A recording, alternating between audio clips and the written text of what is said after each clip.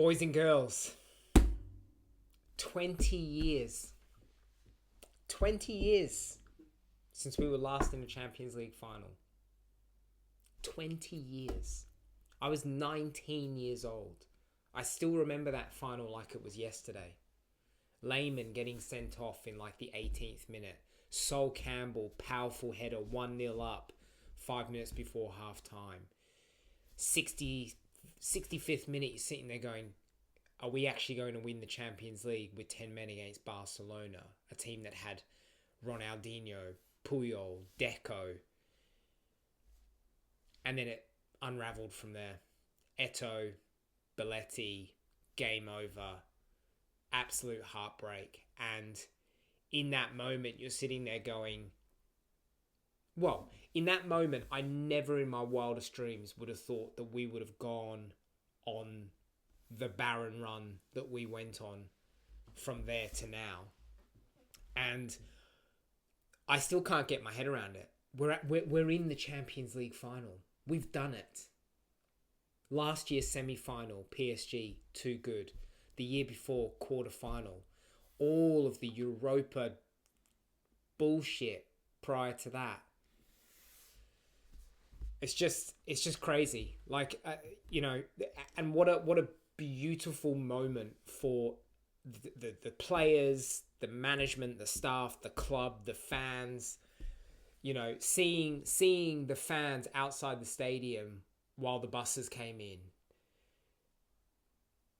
The pre-kickoff electricity in the stadium with the tifo.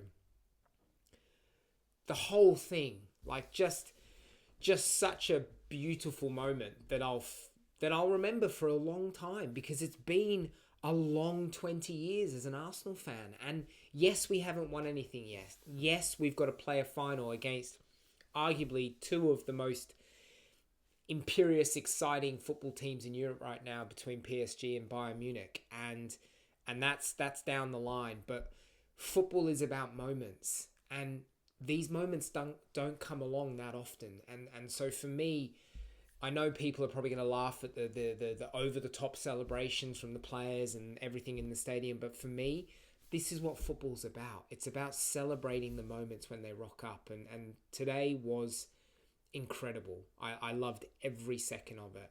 And there's so much I want to talk about in terms of everything that's gone on in these last couple of hours. But there's one person that I want to start with, because I think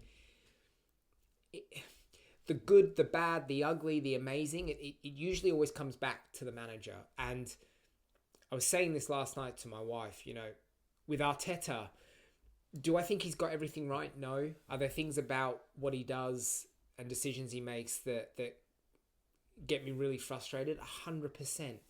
But if you just look at it honestly and say what this guy has done for this football club from the moment he stepped in to now, it is incredible.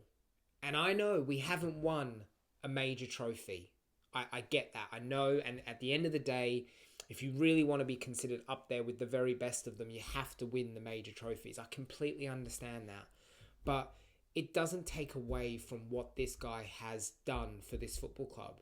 He's breathed life back into this football club. When he took over, we were an absolute shambles of a football club. We were rotten to the core. And this guy came from an imperious City team that were arguably the best team, one of the best teams the world's ever seen, and went on to do incredible things and did incredible things while Arteta was part of that. And he left that to come and take his first ever management role. And he took on all the responsibility and all the pressure of trying to take what was a rotten football club and turn it around. And say what you like, he has turned us back into a proper football team. The fans are connected with the club more than ever so. The players fight for every millimetre when they're on that pitch. We love the majority of these players. And the culture, the mentality, all of it stems from Arteta. So, yes, in a couple of weeks, we could be sitting here with no trophies in our cabinet, and we could be having a very different conversation around whether Arteta is the man to take us forward from here. But I just don't think we can ever question what this guy has done for us when you look at the whole picture. So I'm just so glad he got this moment tonight, because he does deserve it. For all the wrongs, for all the rights, Mikel Arteta deserves to take this team into a Champions League final for only the second time in this club's history. And if we do pull off the Champions League, then Arteta, these players, they go down in the history of this football club, because it's something that's never been done before. So I just wanted to get that off my chest, because I think, you know, a lot of rival fans, a lot of Arsenal fans, they give a lot of stick to Arteta, and, you know, some of it is deserved, but in my opinion, I think he deserves a lot of credit as well. Going into the lineup, I was surprised. I was surprised that Arteta went with the same lineup. I thought Zubimendi would come back in. I thought Hincapié would start at left back, just from a point of you know, defensive assuranceness.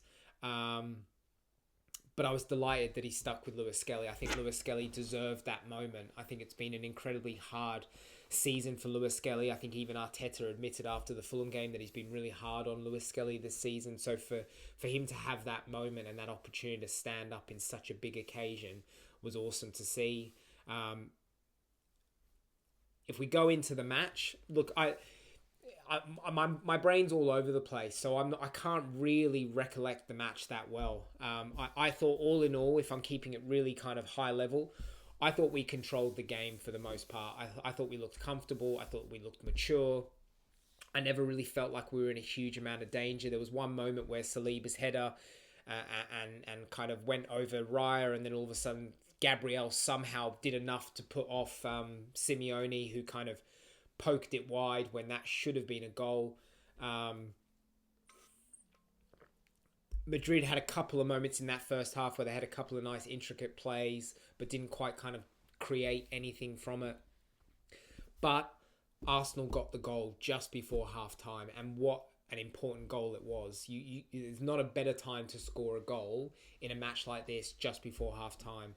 Trossard, great effort. Oblak gets a palm to it. And who else but Saka to be there, to react quickly and poke the ball in the back of the net to put us up 1-0 just before half-time.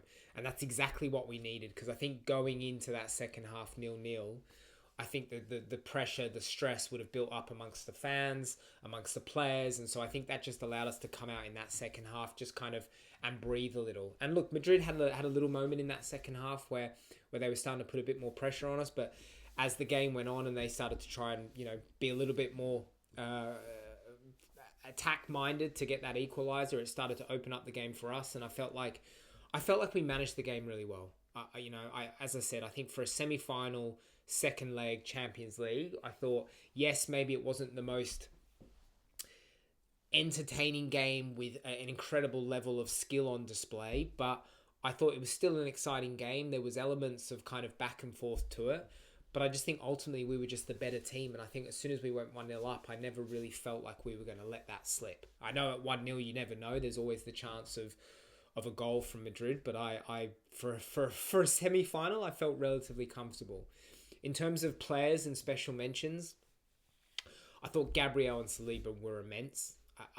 I think that defensive partnership, I know we've had some incredible defenders at Arsenal, but those two as a centre-back pairing, I tell you what, if we get a Premier League and or a Champions League, they have to be right up there in the conversation for the best centre-back duo that we've ever seen at this club. I just think Gabriel is just such a warrior and Saliba's just special.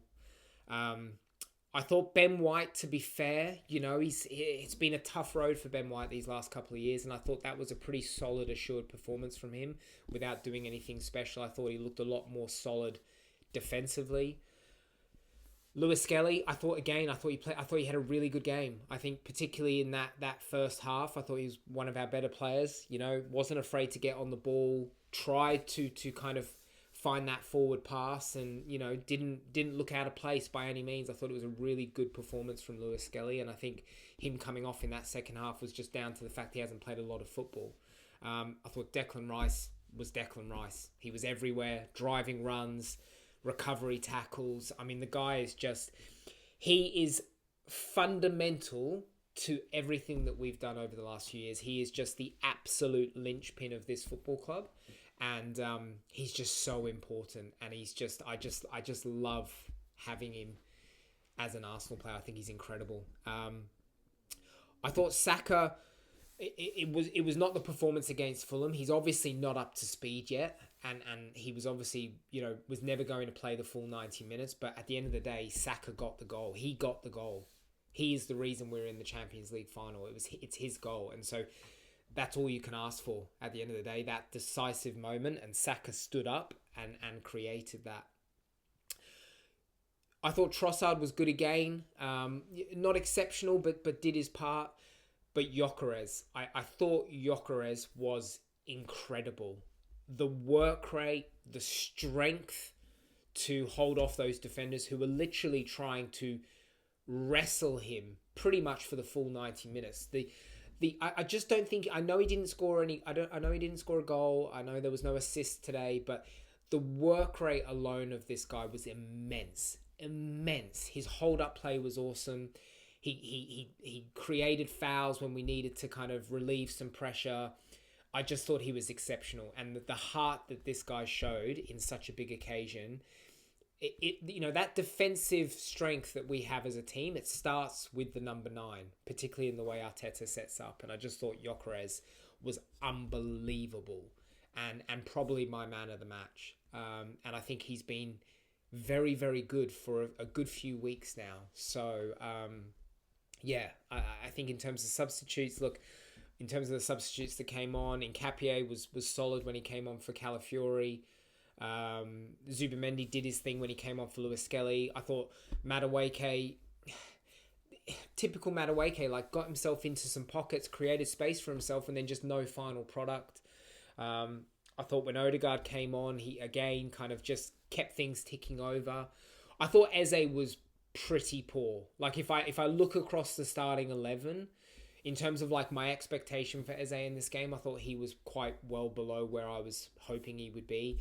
He just looked too slow and casual. And I know that's his style, but I think in a Champions League semi-final, you've got to understand that you can't just kind of laxy-daisy your way through a game like that. And I just thought he was too slow and too lethargic, and it didn't surprise me that he got taken off.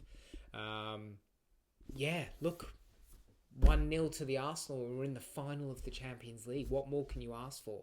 The celebrations at the end were beautiful to see.